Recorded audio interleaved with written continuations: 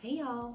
Okay, so I'm so excited about this week because one of my clients asked if she could come to my house and we could make those 11 freezer meals. We just dump a bunch of things in 11 bags and we stick them in the freezer. And I was able to do it in 35 minutes. So my client wants to come do it with me.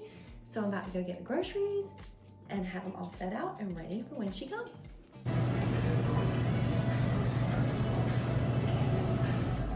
Okay, so I just finished grocery shopping for my client in the grocery store. I'm gonna take it home, I'm gonna get things set up, and we'll cook this week. Get things ready, and then I'm gonna head out to a soccer game. I went ahead and prepped since I'm doing this with a client.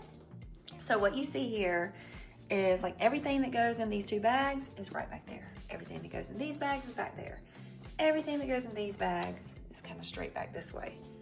And you kind of keep going. It's actually organized. So everything that goes in these bags is back here. And I actually have the ingredients labeled on the bag so that my client can kind of see what she's gonna dump in as she goes. So here we go. Okay, so in order to make this in 35 minutes, there's a couple things you need to do. You need to get extra lean meats because you don't wanna have to pre-cook them and drain all the fat off. So these meats can actually be dumped into the bag.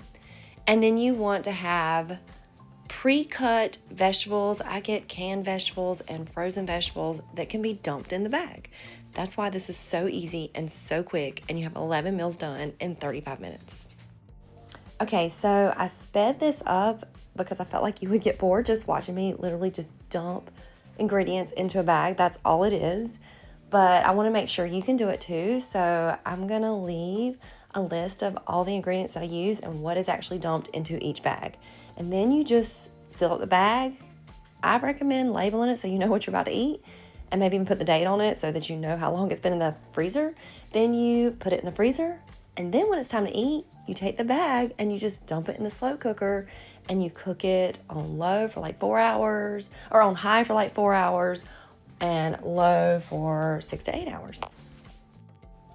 By the way, if you're wondering who this person is that's telling you about these freezer meals, I'm a registered dietitian. I've been one for 20 years. I'm 44 years old, and I recently lost a lot of weight because I decided I better do what I'm telling my clients to do.